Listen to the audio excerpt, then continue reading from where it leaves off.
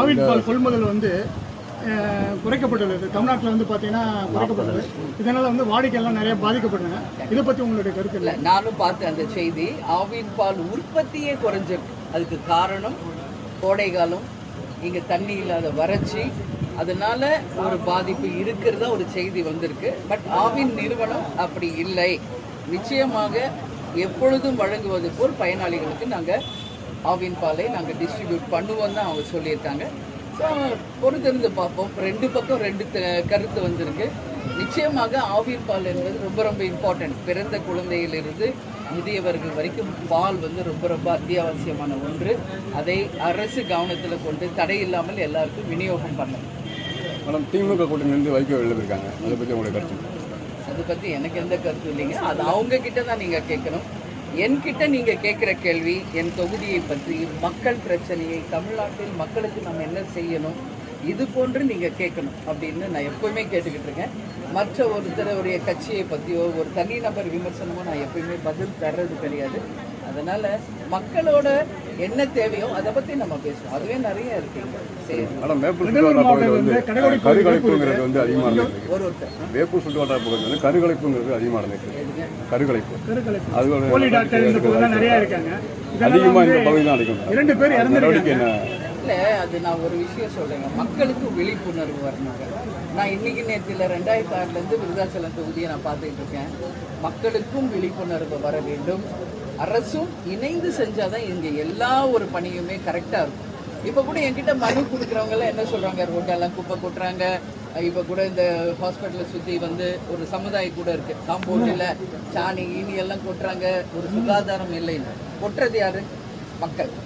அதை வந்து நான் என்ன சொல்கிறேன், இது வந்து எப்படி தண்டவாளத்துக்கு 2 இருக்கோ, தண்டவாளம் ஒரு ரயில்வே ட்ராக் கரெக்டாக இருந்தால் தான் ட்ரெயின் போகும். அந்த மாதிரி 2 தண்டவாளம் மாதிரி ஒரு பக்கம் அரசு, ஒரு பக்கம் மக்கள் இணைந்து வேலை செஞ்சாதான் இங்கே இருக்கிற எல்லா பிரச்சனைக்குமே நம்ம தீர்வு கொண்டு வர முடியும்.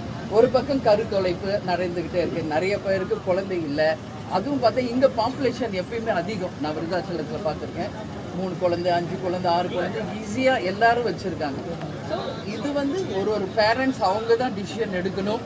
நமக்கு எத்தனை குழந்தை வேணும், நம்மளுடைய வசதிக்கு எவ்வளோ பேர் நம்ம இருந்தால் அவங்கள நல்லபடியாக வளர்க்க முடியும் என்பதை ஒரு பேரண்ட்ஸ், அப்பாவும் அம்மாவும் முடிவெடுக்க வேண்டிய விஷயம். அதே நேரத்தில் அரசு அதிகாரிகளும், இப்போ டாக்டர்ஸ்லாம் இங்கே எவ்வளோ பேர் நான் பார்த்துட்டு தான் வரேன், நல்ல ட்ரீட்மெண்ட் தான் கொடுக்குறாங்க. இப்போ கூட நான் வந்து இதுக்கு முன்னாடி குழந்தை சேவை அந்த ஹாஸ்பிட்டலுக்கு போயிட்டு வந்தேன். எல்லாமே இன்றைக்கி ப்ரெக்னென்ட் லேடிஸ்க்கு தான் அங்கே ட்ரீட்மெண்ட் போயிட்டுருக்கு. ஏறக்குறைய ஒரு 50 லேடிஸ்க்கு என்னால் முடிஞ்ச உதவிகளையும் அங்கே கொடுத்துட்டு வந்திருக்கேன். ஸோ இது வந்துங்க 2 பக்கமும் இது சரி செய்யணும். நாட் ஓன்லி கவர்மெண்ட், மக்களும் அது வந்து விழிப்புணர்வோடு அதை யோசிக்கணும். தமிழக முதல்வர் வந்து 3 நாள் வந்து இப்போ மாநாடு நடத்துகிறேன், ஐஏஎஸ் ஐபிஎஸ் மாநாடு நடத்துகிறேங்க. அதில் வந்து பெண்கள் பாதுகாப்பு, குற்றத்தடுப்புலாம் நிறையா. ஆனால் இப்போ பார்த்தீங்கன்னா அவங்களுக்கு வந்து பார்த்தீங்கன்னா தாவேக்கா தான் நிறையா வந்து குட்கா பொருள் கடத்தல், இப்போ பல்லடத்துல ஒரு 130 கிலோ வந்து குட்கா கடத்தல் இது பண்ணியிருக்காங்க. ஃபுல்லாக வந்து பாலியல் சர்ச்சை, இந்த மாதிரி வந்து போதைப் பொருள்லாம் ஃபுல்லாக அவங்க தான். அதை பற்றி உங்களுக்கு இல்லை, நேற்று ஐஏஎஸ் அண்ட் ஐபிஎஸ் வந்து அழைச்சி முதல் முறையாக ஒரு மீட்டிங் நடத்தியிருக்காரு முதலமைச்சர். அதில் நிறைய விஷயம் அவங்க பேசியிருக்காங்க. அதில் முதலில் பெண்கள் மற்றும் குழந்தைகள் பாதுகாப்பு உறுதி செய்யணும். அதுக்கு அடுத்தது போதை இல்லா தமிழ்நாட்டை உருவாக்க வேண்டும், லஞ்சம் ஊழல் இல்லாத ஒரு நல்ல ஆட்சி கொண்டு வரணும் என்பதை பற்றிலாம் அவர் பேசியிருக்காரு. இது யார்கிட்ட பேசியிருக்காரு? ஒரு ஐஏஎஸ் ஐபிஎஸ், அவங்க வந்து சட்டம் ஒழுங்கையும் அட்மினிஸ்ட்ரேஷனில் இருக்கிறவங்க கிட்ட பேசியிருக்காரு. ஒரு முதல்வராக அவருடைய கருத்து வரவேற்கத்தக்கது. இதை தான் மக்களும் எதிர்பார்க்குறாங்க. ஆனால் இதை மீறி உண்மையிலேயே அப்படியே இங்கே வந்து போதையே இல்லையா, இங்கே சட்டம் ஒழுங்கு சரியாக இருக்கா அப்படின்னு கேள்வி கேட்டால் இது $1 மில்லியன் கொஷன். அதனால நான் என்ன சொல்கிறேன், இப்போ சொன்னது தான், அரசும் சரியாக வேலை செய்யணும், அதற்கு மக்களும் இணைந்து இருந்தால் மட்டும்தான் இதற்கு தீர்வு. இப்போ தொடர்ந்து பாலியல் வன்கொடுமைகள் நடப்பதும், சட்டம் ஒழுங்கு பிரச்சனை வருவதும் தமிழ்நாட்டில் டெய்லி நடந்துருக்கு. ஸோ இதுக்கெல்லாம் கட்டாயம் முதல்வர் வந்து இருபுகரம் கொண்டு அடக்கணும். அதில் மாற்று கருத்து இல்லை. பார்ப்போம். நேற்று தான் மீட்டிங் போட்டிருக்காரு. என்ன நடக்குதுன்னு கொஞ்சம் டைம் கொடுத்து பார்ப்போம். Thank you madam. இங்கே வந்து நின்று இருக்கேன். அவ்வளோ மனுக்கள் அதை பற்றி தான் வந்திருக்கு. ஒரு புதிய பேருந்து நிலையம், அதுதான் நான் மக்கள் பயன்பாட்டிற்கு வரணும். இல்லை, அதை பற்றி தான் நான் சொல்ல வரேன். ஆல்ரெடி ஒன்று கட்டியிருக்காங்க, கொஞ்சம் அவுட்டரில் போடுறதுனால யாரும் அதை பயன்படுத்துறது. இப்போ எக்ஸாக்டாக அந்த கார்னரில் வந்து பேருந்து பஸ் ஸ்டாண்டும் சரிங்க, அந்த பஸ் ஸ்டாப்பும் சரிங்க, இங்கே வந்து ரொம்ப ரொம்ப நெசசரியாக இருக்குது. டாய்லெட் வசதி சுத்தமாக இல்லைன்னு எல்லா பெண்கள் வந்து முறையிடுறாங்க. ஸோ இது எல்லாமே நம்ம சரி செய்யணும். ஏன்னா வேட்கோடு ஒரு மெயின் செக்டர் கூட்டோட்ல பேருந்து அந்த பஸ் ஸ்டாப்பும் கழிவறை, நீங்க சொன்ன மாதிரி பஸ் பேருந்து நிலையமும் கட்டாயம் இங்க கொண்டு வரணும். கடைகள் ஏலம் மெயின்டெனன்ஸ் இல்ல. இப்போ ஒரு கவர்மெண்ட் கட்டி கொடுத்துடுறாங்க, மெயின்டைன் பண்றது யாரு? இப்போ கழிப்படை வசதி இல்லைன்றாங்க. நானும் எல்லா இடத்துலையும் பார்த்துட்டேன். கழிப்படை வசதி கட்டி கொடுத்தா அதை யார் மெயின்டைன் பண்ணும்? மக்கள்.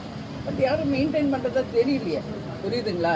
கட்டி கொடுக்குறோம், அவங்க மெயின்டைனே பண்ணலன்னா என்ன பண்றது? இப்போ இல்ல, நான் சொல்றேன் இருக்கிற இடத்துல, நான் சொல்றேன் எங்க இல்லையோ கண்டிப்பாக கொண்டு வருவோம்.